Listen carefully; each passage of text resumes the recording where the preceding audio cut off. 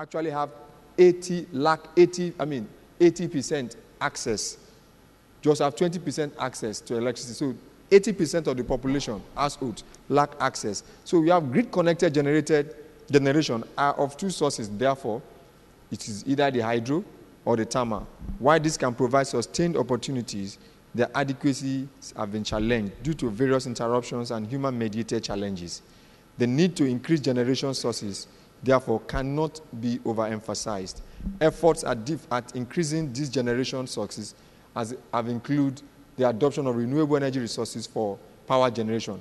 And if you look at the government policies on energy, even the National Renewable Energy and Energy Efficiency Policy, and also the Renewable Energy Master Plan, all of these policy statements have clearly stated that the nation is interested in adopting renewable energy as a viable source of power generation. So all of these statements have agreed to it that the grid system is poor, the grid system is inadequate, and that renewable energy resources should be encouraged to generate for our grid connection.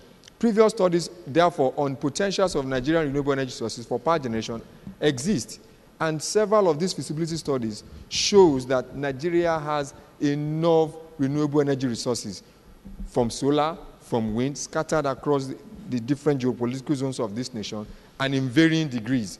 While some focus on small-scale generation for remote telecom application, others focused on use for individual domestic application. Some others also reported on standalone facilities. Others verified the possibility of scaling up the designed renewable energy generation sources to the megawatt range. However, all of these studies that report on grid-alone renewable energy system design are very scanty. Most of them are only looking at embedded generation. They are not looking at generation for the grid. And because of that, this study is focused on the techno-economic assessment of such. So it is aimed at determining the feasibility and techno-economic viability of grid-connected PV, wind, and also the hybrid combination, the hybrid system for looking at 6 states just as a case study. The objective was just to use the study to analyze the National Electricity Regulatory Commission's policy template and make valuable suggestions. That template was based on multi-year tariff order that has some economic parameters to be able to analyze and be able to determine what should be the feed-in tariff for anyone that is bringing grid electricity, renewable energy connection to the grid. Another objective was to measure the viability of grid-connected renewable energy generation. So looking at all of this, there are other sides to this study.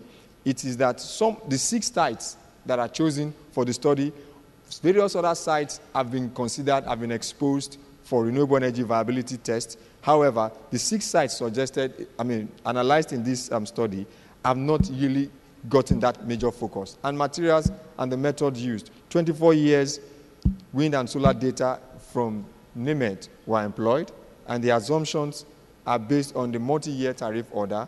And I go quickly. These are the various tables and economic analyses that were carried out, and the results show that, yes, wind power is very good, solar power is very good.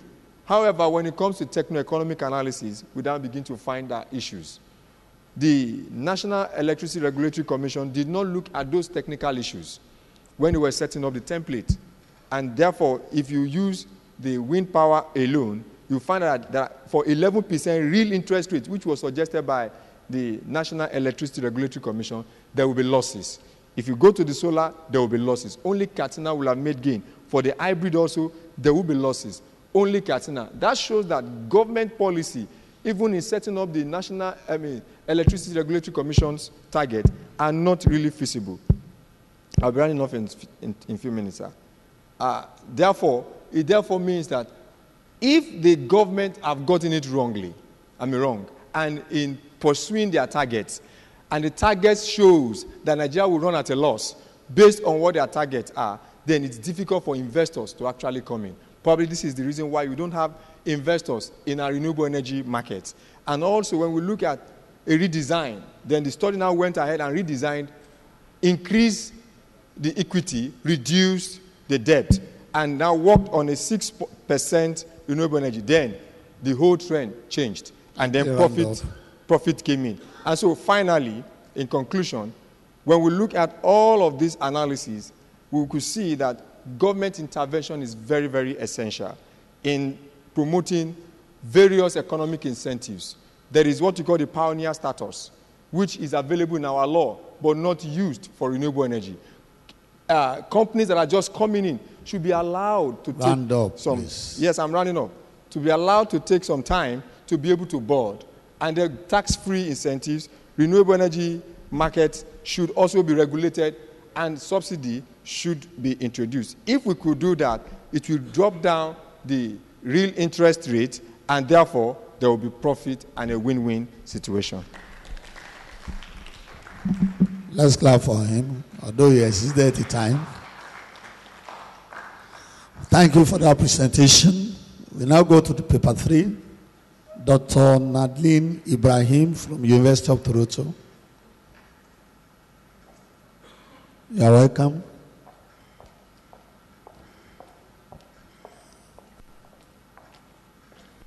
You have 10 minutes.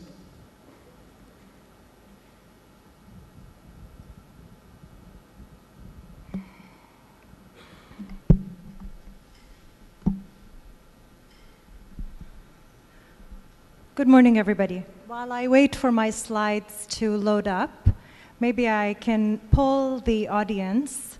Who has heard the word Coursera? I'm looking specifically to the students as well. Aedc? Udacity? All right, hold that thought. I will cycle to it towards the end of my presentation.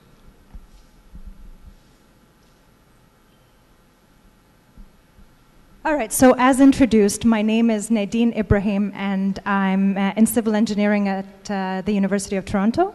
And I'm here representing my team. The name of our project is Engineering Education for Sustainable Development. And a couple from our team were at the Aedc in Bloemfontein last year. They didn't get a chance to speak. They were just getting to know the crowd, so I am very honored to have the opportunity to find a speaking slot here among the audience today. So I'm going to start by flying you to Toronto. This is the city where the university is located. The university is sort of in the bottom corner, right in the middle of the city, right in the heart of the city. And so it's a very good experimental ground to understand the challenges when it comes to sustainable cities, which is the focus of our project and the focus of my specialization in civil engineering. So Toronto is located in Ontario, the province, and Ontario puffed its last puff of coal in 2014, so our electricity is green. It's mostly hydro and nuclear with a little bit of renewables.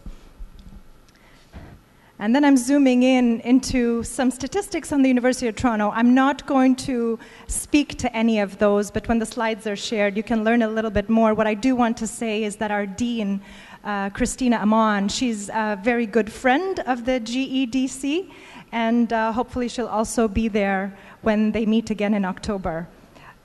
She's a very good and strong proponent of our project. So I wanted to start off by sharing some statistics. It's a very large university. It's the largest in Canada.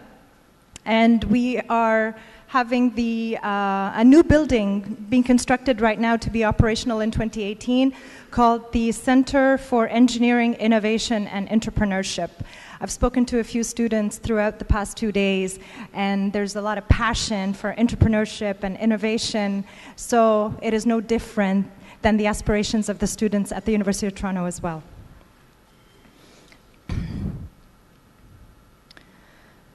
Our project has a home in the Center for Global Engineering at the University of Toronto.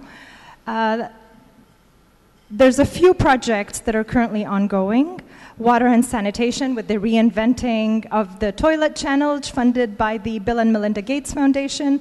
There's some work on food and nutrition with a particular focus on Africa. Our project is listed. Sorry, can I go to the next slide, please? Thank you. Our project is listed at the very end, the engineering education, last but not least. And I thought I could share our project by telling you the story. So my objective in the next few minutes is to share our story and encourage contribution, your contribution to our project towards the end. So the story begins in December 2015 when we wrote a proposal, presented it to our dean, and she thought it is a very opportune time to think of engineering education within the context of Africa. So we got our first funding from the dean. The funding is named the Dean Strategic Fund, where we're just exploring new possibilities. So the motivation starts where a couple of our team members had some population forecasts. You've heard a few numbers throughout the past 2 days on the population boom in Africa. So let me give you a few more perspectives when it comes to some statistics. Cities with populations of 5 million and more they currently stand at 10. That will increase to 60 of those cities by the year 2100. And if we look at just African cities, 5 of the top 10 cities globally will be African cities. 13 of the top 20 will be African cities. And it's actually quite nice to present this here in Nigeria, because take a look at number 1. Number 1 is going to be Lagos, with the highest population by the year 2100. So that's sort of the starting point of the motivation to get this project going, because with this population increase and looking at it from an engineering perspective, there will be need for houses, there will be need for transportation, public transportation, water, sanitation, waste management, everything to support those growing populations. So knowing that that's the looming future, what are we doing today to prepare for that before it's too late?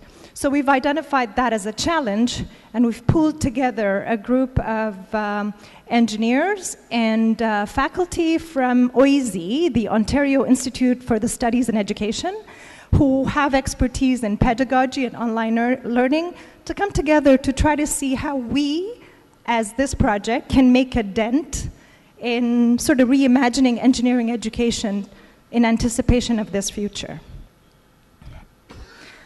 We started off with a desktop study, just exploring. We were given the money to just go and explore Africa. There was no limitation on scope. The continent was open to us to see what's going on in terms of engineering, what's going on in terms of curriculum, and where does online education fit in, how well is it going, does it exist or not, and to what capacity. And we noticed from a lot of the international studies that are being published that there's a general shortage of engineering. And the UNESCO, a 2010 study, and I know that it's been updated, there's a shortfall only in the water and sanitation sector of 2.5 million engineers. And universities in Africa can expect to, need to anticipate 600,000 graduates to be able to build Africa themselves and sustain that growth. There's so many people working in this field. We're not the only ones.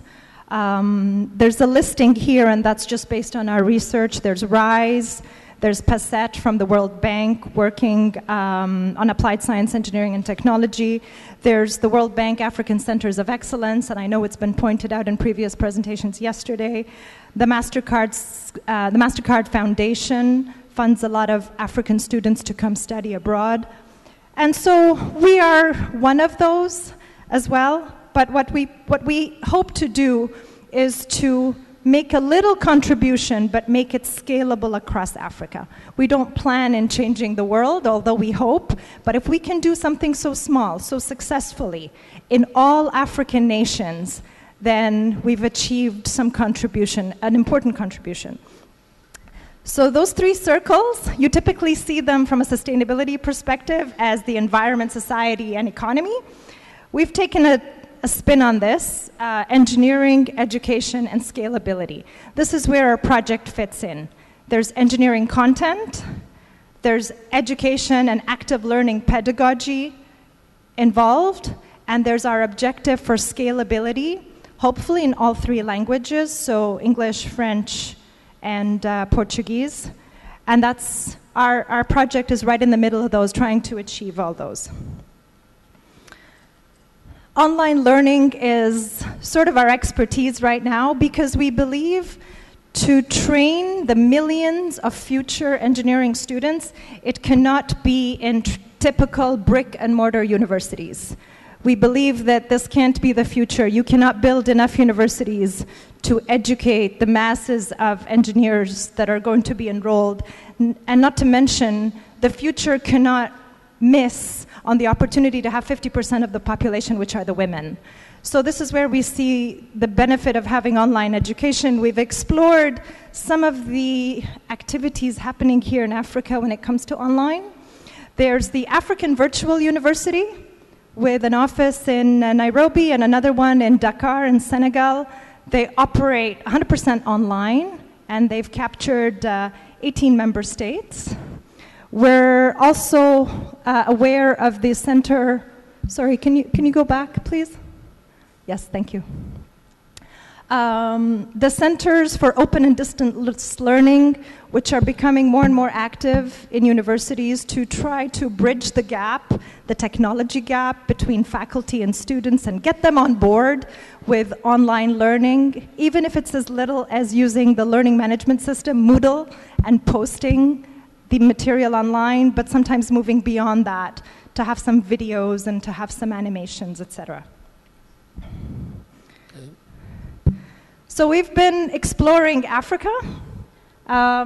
Here's a sample of some of our trips. Last summer, we visited Eastern Africa, and we've made a few friends with people here. I'm not sure if they're in the audience or if they're in the other rooms. And we also visited some conferences while we're there. And this summer, my trip started in Cairo. I'm now in Nigeria, and I'll be moving on to Tanzania and Zambia later in August. And the purpose of these trips are to do two things: to get to know the institutions, to get to speak to the deans, to get to focus a little bit on the civil engineering departments, but also to visit startup universities, which operate at a different model. They may not necessarily have an engineering program, but what we're learning from them is, albeit a small component. It's a small startup university, but they're doing something successful. And we're going to learn something from them so that we can try to do the same. So, next slide, please. Yes, thank you. These are the universities we visited just for reference and the conferences we've attended. And these are the ones that are planned for 2017. So here's our opportunity. We have engineering content. We have a big team behind us to develop online technology. But, sorry, can you go to the next slide, please?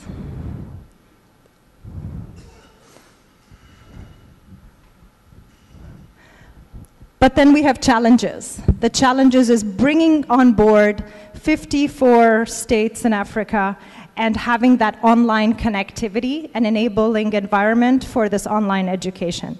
We stand in the middle to try to bridge the two. So the course that I'm here to introduce is called Sustainable Cities with an African focus. It is modeled after a course that is taught at the University of Toronto. I've been teaching it for the past few years, but we want to convert that online and introduce it here in Africa, but it won't be relevant unless it has case studies from African cities. Let's try to round up. Sorry? Let's try to round up. Okay. So my call today for the deans and for instructors in civil engineering, if they can share with us case studies such as that presented by the professor just before me on renewable energy, for example, we'd love to take those contributions and fill them into our courses so that it could be broadcast to their own institutions, but also to other institutions in Africa. I'm sharing with you just some of the papers that we'll be presenting. Prominently featured is the Developing Africa's Future City Engineer for a conference in Zambia later in August. So I'm going to just share with you our next steps. We're seeking academic partners to contribute content. And we're also continuing to populate a network of African scholars, or rather scholars from African institutions. And we encourage, and I've spoken to many over the past 2 days, to contribute some of their material, which we will help post online. I'll leave you with questions of interest, primarily the very last one, which I pointed to, because there is a benefit for us as well. How can we learn from African cities to bring back home to Toronto for students in Toronto and the global north to learn about the challenges and opportunities here? So I'll leave my contact information. If you have any questions or would like to share your thoughts or case studies that you have that you present in your own classrooms. And thank you for your attention. Thank you for the presentation. We go to the next one. Dr. Tiraba from University of Malawi is not here. Professor Folala Sisi. You're welcome, sir.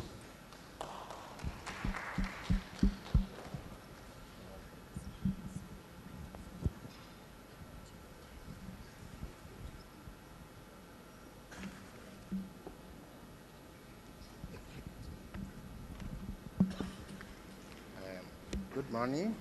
Is it getting? It's not afternoon yet. So I'm actually representing the Academy of Engineering.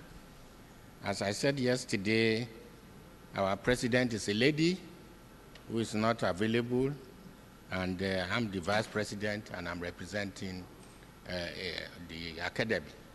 The primary focus of the academy is improving education. So we picked an aspect, and the title of my paper here has to do with mentorship roles in engineering education. Personally, Mrs. Maduka would have wanted to talk on gender balance and other issues. So, but I thought that is not really an area I should be talking about, but the ladies can promote that one which we are interested in. So I have a paper that is fully documented and with the organizers. So I'll just go over them. You see the outline. I'll be talking about what is mentorship, antecedents, and so on. But the first, next slide shows that I'm representing Mrs. Maduka, Engineer Maduka. So the manifestation is that at our level, we want to pay back to the system so that the kind of things we benefited in when we were in school, I graduated 52 years ago, that kind of thing is what we should take. When I was at the University of Washington in Seattle, my professor took me in immediately after my first semester. And he started taking me to the field. So I took interest immediately as a civil engineering student in the field. It made a difference in my life, especially when I was also taken on fellowship by the USAID to the United States as a teenager. So when people are even going to school now, I've had 2 of my daughters who graduated at 21. I was starting at 19. So they are starting at 16, 17.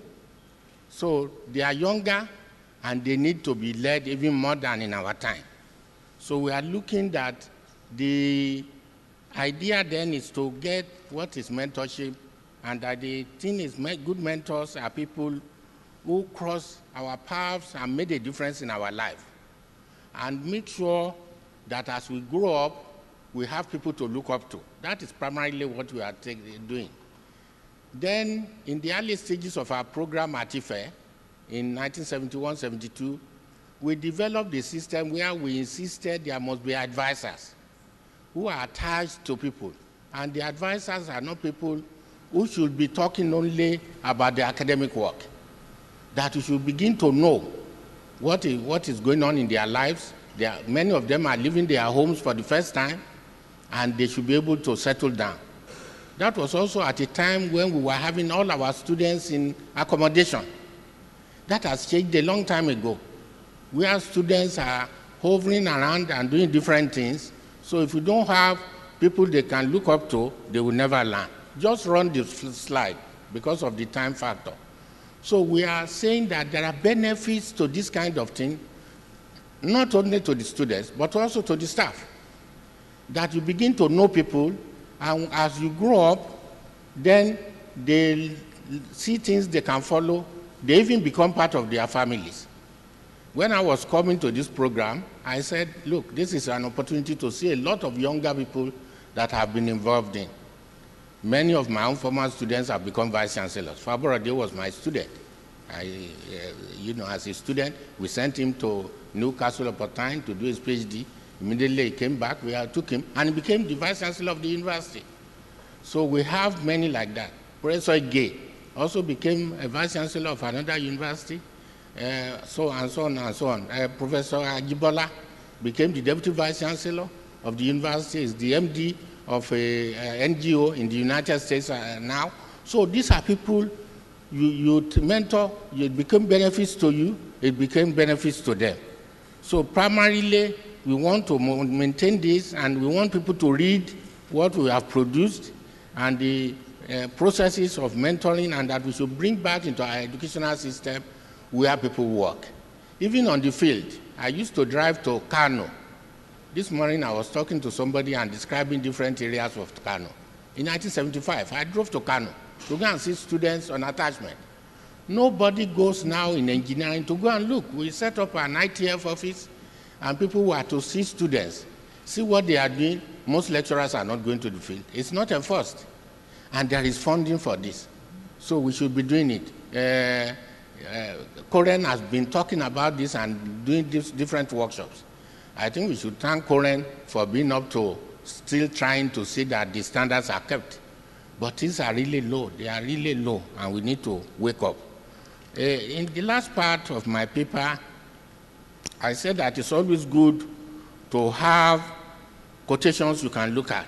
So if you go to the last part, in conclusion, that my experience is that the main thrust of this lecture is to contribute to the need for mentorship in our educational setup, and especially for engineering to take the deserved leadership role.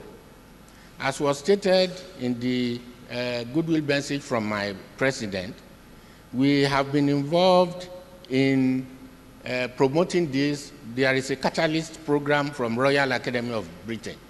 The academy is liaising with Academy NAE in America, National Academy of Engineering in the US, Royal Academy of Engineering in UK, and the Chinese Academy of Engineering. And we are doing a lot of things together to improve education, not only in Nigeria, but also in Africa. The first quotation we will take, and it says leadership and mentorship. The biggest difference in the leadership is in the leadership. It was better for us. We had more coaches and mentors to help us. This is showing what happened in my own time. If you go to number 2, college experience. When you are in college, what happens to you? You are alone, so you must be able to be mentored so you can be stabilized and you don't drop out. That is another issue. That in engineering, we were having more people dropping out. Not people dropping out so that they can go and do their own business, which is also another matter. Dropping out because they couldn't cope, they couldn't relate. Some of them, engineering even became amorphous to them. So we say that some of us were very lucky to have mentors. Another one is dreams and ambition, number 4. Never give up on what you really want to do. The person with big dreams is more powerful than the ones that don't have the facts, that have all the facts. Successful people, you must have people you can look up, and we give examples and so on as to people who have succeeded and made a difference in this world. Then we look at number 6, teachers and eternity. A teacher affects eternity. He can never tell where his influence stops. I give a personal experience on this. Last year, I went on a short visit to the UK, and I decided to take the bus. So I was going, somebody was prostrating for me in the bus and saying, "Are you not Professor Lasisi?" And I said, "Why did you follow me here?" He said he has been living in London and saw me. Prostrate, you are prostrating in London. This is serious. So that makes that you never know where you're going to meet, where your influence has reached. That made my day. So you can imagine that how I feel that as a teacher, I did that. Curiosity and learning process. You can teach a student for a lesson for a day, but if you can teach him to learn by creating curiosity, he will continue the learning process as long as he lives. I think that is the end of my presentation. Thank you very much for listening. I don't think I used up my time. 9 minutes. Thank you. That's good. Thank you, Baba. I tell people you must learn. You're welcome. Last paper. Thank you very much. Thank you, sir. Let's clap for Baba, who has mentored a lot of vice chancellors, and as he has mentioned. I don't know whether Professor Ogunlawo is here. He's not here. So let's listen to the last paper. Professor B. Masuke, the Dean of Faculty of Engineering of Obafemi Awolowo University, Ile-Ife. Okay. Oh, thank you very much. Do we have my PPT? You have 10 minutes? Yes. I'm going to be talking of enhancing gender balance in engineering education and practice. This is actually paper 11. We all know that there have been rapid development in engineering, both in technological scope and societal impact.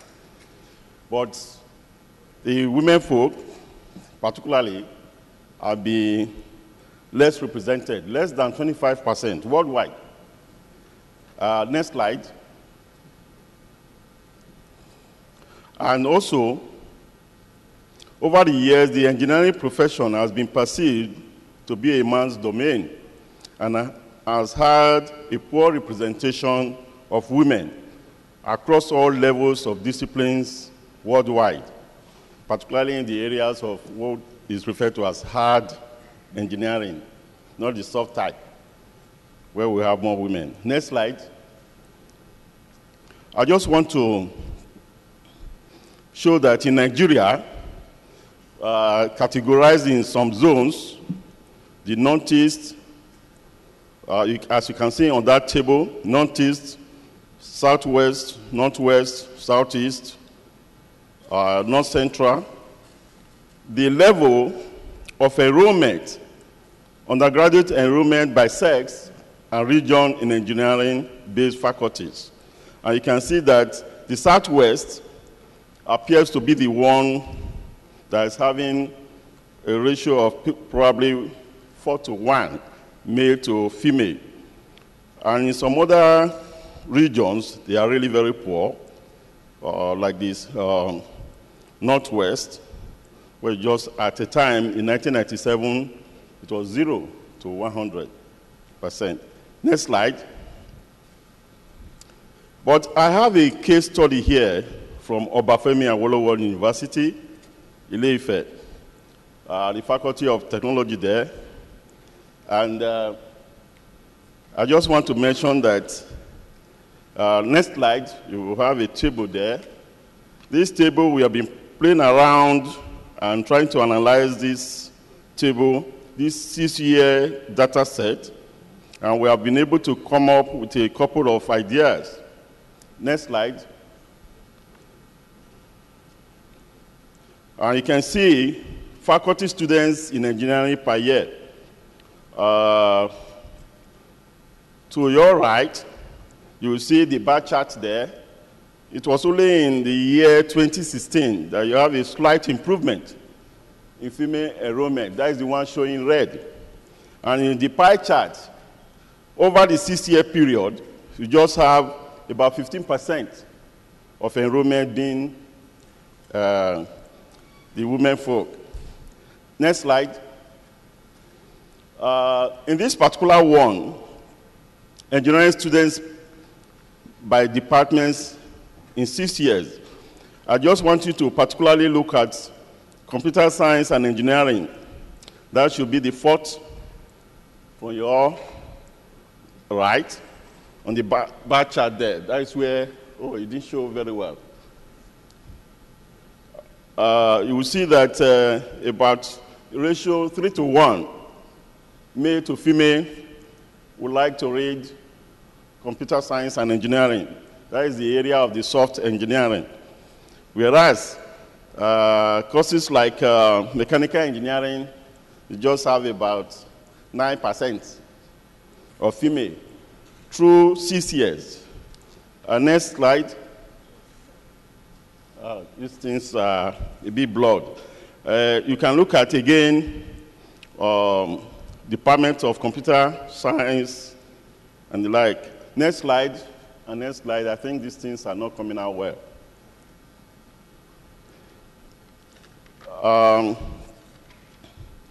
What are the causes of low enrollment in female candidates in engineering courses? Recent research efforts have been focused on the reasons for poor representation of women in engineering profession globally. And I got a couple of these papers. Such reasons that have been mentioned are socio-cultural and labor markets,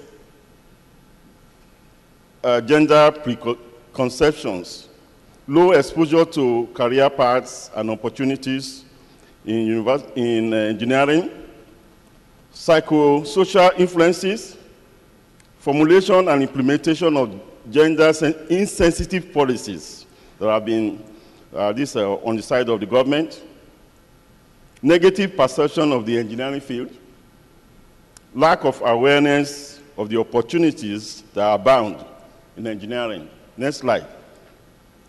What sort of activities and initiatives that we can begin to embark upon that will create gender balance in engineering education? And such ideas include dissemination of the right information about engineering. That is where current NSC and the like comes in, and the interactive sessions will help do that. Recruiting and supporting female students. Many ways of doing this: scholarship, sponsorship. Then industrial training, IT placement by conditions and environmental issues that are good to our women folks. Gender responsive actions from government and stakeholders. Then promoting more female role models in STEM fields. Development of all-inclusive engineering curricula that will actually take care of their needs. Next slide. The benefits of increasing female participation in engineering are enormous, and such include solution to skills shortages, increased innovation potential, greater return on human resources investment, improved governance structure. We are told that women manage things much better. I agree. Access of employers to a broader base of talent, enhanced market development, stronger financial performance, increased national economic growth index. Next slide. I want to just briefly look at gender gap in enrollment career situation in engineering in North America. And to also say that historically in the US and Canada, fields of science, technology, engineering, and mathematics, that is the STEM fields, are be predominantly male occupations, particularly in the interrelated and connected engineering fields, both in educational training and professional practice.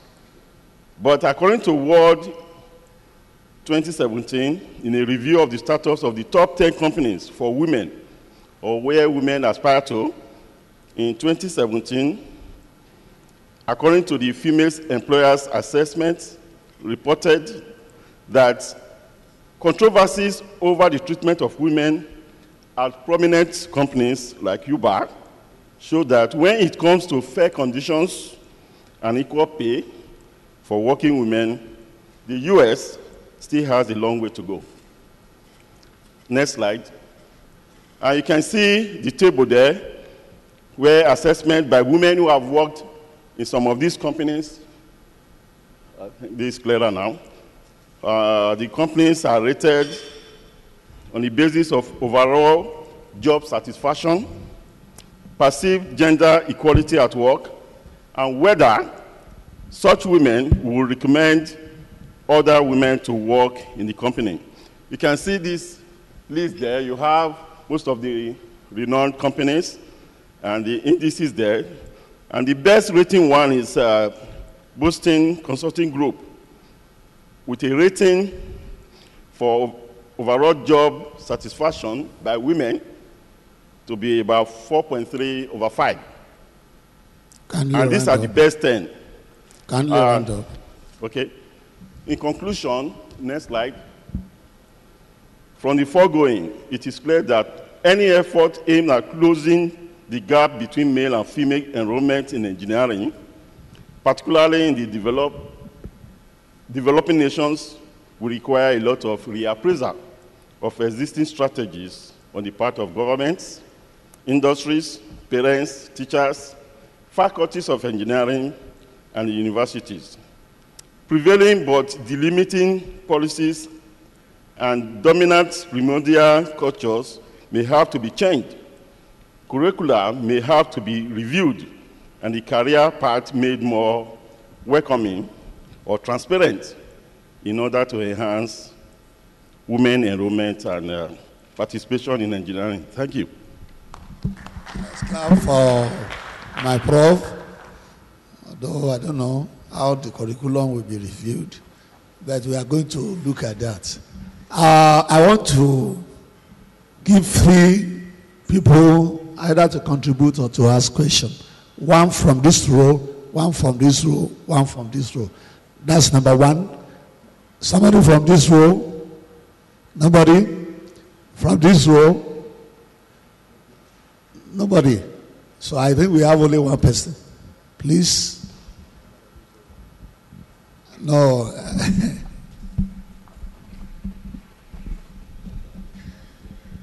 Yes. Thanks, sir. Proof. The fellow who presented his papers on that is the second person, I've forgotten his name. He talks about the National Electricity Regulation Commission policy that is not working.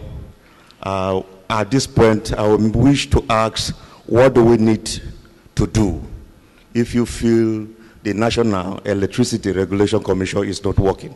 We all know we are here in Nigeria, we know our problem. There are 3 ways with which we talk about electricity. You have to generate, transmit, and distribute. We have unbundled power holding to the wrong people, and for now, it's failing us. From available research, it was clear that those who are handling the generation of electricity here today in Nigeria, they are not engineers. That is one of those things that people are not talking about. I am from the Niger Delta, and they will be shouting that the militants have blown up the gas pipeline. There is no gas supply to the province, or this and all that is making us to have electricity. The National Electricity Regulation Commission have only one professor of engineering from University of Lagos as a commissioner. Other ones are businessmen, lawyers, and politicians. So I don't know where you draw your conclusion saying that the regulating body is not working. I think you are talking to Dr. Lucy. Yeah. So second is to N. Ibrahim. He said engineering education. And he pointed to us here on his presentation that by 2100, Lagos will be one of the most populated cities in Africa. May we know the indices which you use in arriving at such question. Then secondly, he said he do make trips to various countries. He has been to Cairo, then he's now here in Lagos. By August, he will be in Tanzania. And he speaks to this and he knows the people. Who is sponsoring such trips? And what is the benefit of such visit to the host institution? Lastly, to you're asking 3 questions. Yeah, you said okay, go ahead, to the last professor of engineering from Abafemi Awolowo University. He talks about enhanced gender balance in engineering education. He didn't do measuring of his comparison on his table with other countries. He only measured the South-South, Southwest, and all the rest, and people not showing much interest in science and engineering education. And he concluded by saying that why the low enrollment is due to socio-cultural, labor market, low exposure, and negative conception. In his comparison of this table, I will wish to know did he put into consideration quality of a healthy organization? Why women are saying that he's advising some person, don't work in social company, don't work in social company.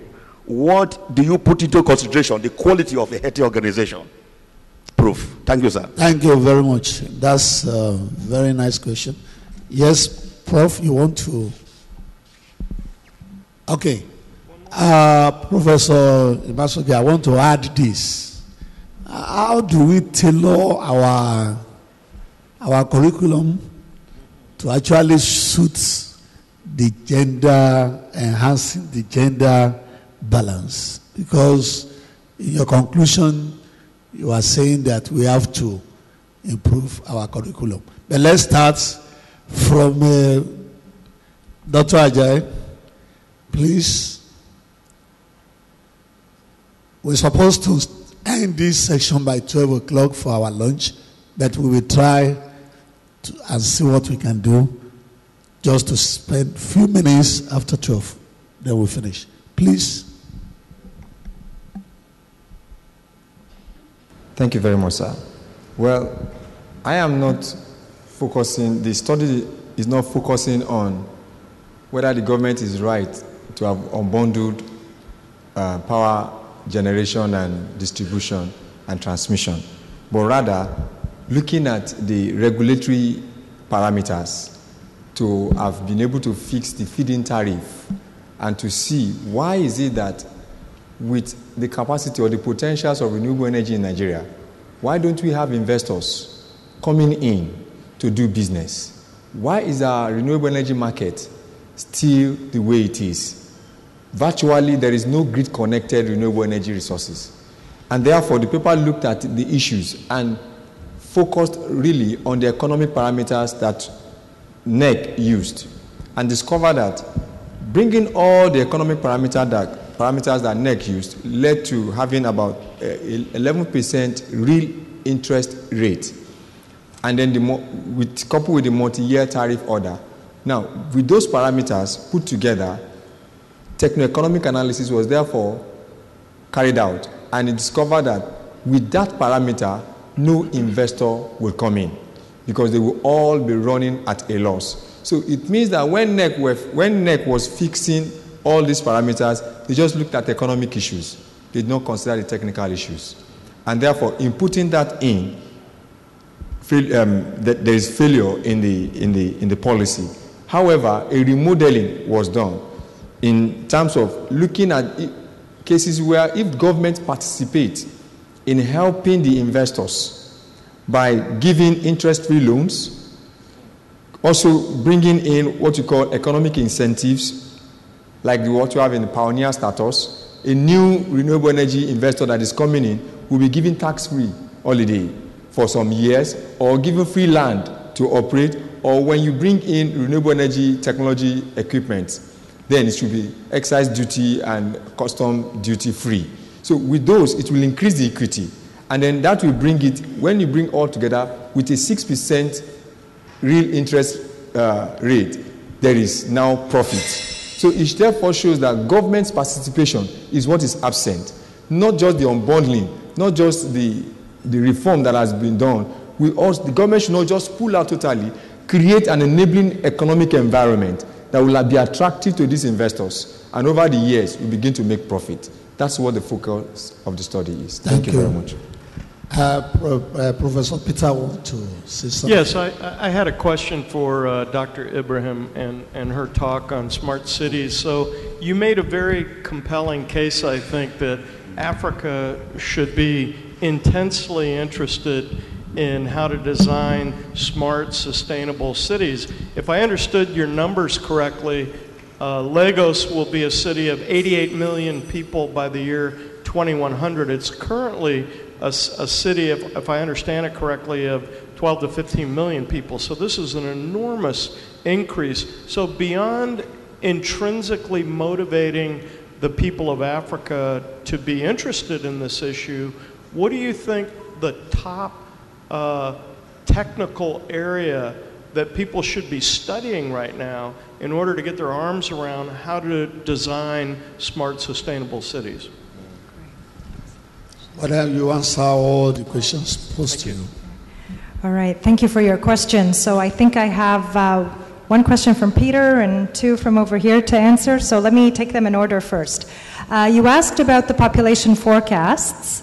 And the people on our team that have done these population forecasts are Professor Dan Hornweg from the University of Ontario Institute of Technology and a colleague, Kevin Pope, with some participation from the World Bank. So the source paper for these numbers I'm happy to share with you, and the references are available on the presentation as well. The indices that went into it, and I'm not a social scientist to speak to them, but they include what population forecasts include: literacy, education, mortality, female, maternal health, etc. Your other question about who's funding those trips. So all our funding has been internal funding from the University of Toronto. We started our initial seed funding from our dean, the Dean Strategic Fund, and that took us 1 year, which included some travel, some portion of that money for travel, for exploration. And since then, we've applied for more funding, and our project won the Connaught Global Challenge Awards. It's one of 3 projects that are awarded at the University of Toronto every 2 years. And I think it's a good project, and it has a potential for great impact just because of the outreach and the number of students we could potentially capture. Does that answer both your questions? Okay. I'll just respond to Peter. Okay. Peter, just to respond to your question, very briefly, we believe that Africa's challenges are also an opportunity.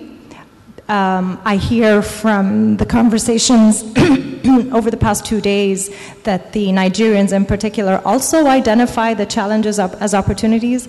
So if I take the mobile phone as just an example, one of Africa's challenges is not having communication, but one of the great opportunities is that it was able to bypass the landline. So we went from no phone to cell phone. And the same can be said for so many other technologies where we can leapfrog all the trials and tribulations and trial and errors that some of the other countries have had to go through to reach where they are. So when it comes to energy, for example, we can go from no energy to renewable energy or rural electrification based on renewable energy. I think I start off one of my lectures with a map of Africa, a satellite image showing the darkness in Africa. My personal belief is that energy would be a good starting point.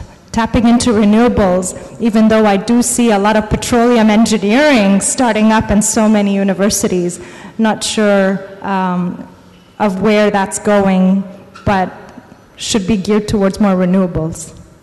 Thanks. Thank you. Professor Masuge. Yeah, thank you very much. I will just say that I had time constraints. 10 minutes, not enough to, you know what gender is. You were talking about quality of heads of race in Nigeria. I'm sure you are aware of APWEM. Of what? Healthy. You should know that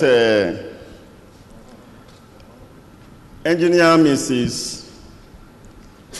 Margaret Maduka is the president of Academy of Engineering in Nigeria, and she's a female, right?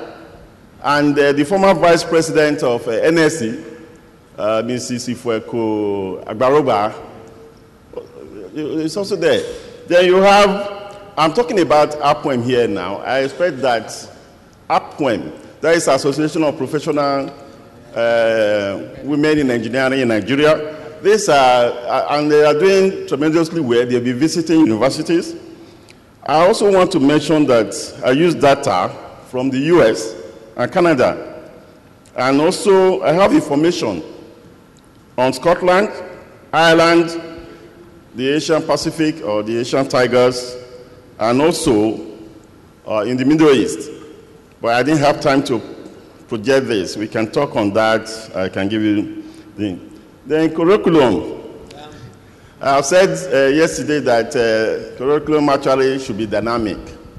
And well, we have listened to the presenters in the area of energy sufficiency and sustainability, then creating gender balance in engineering education.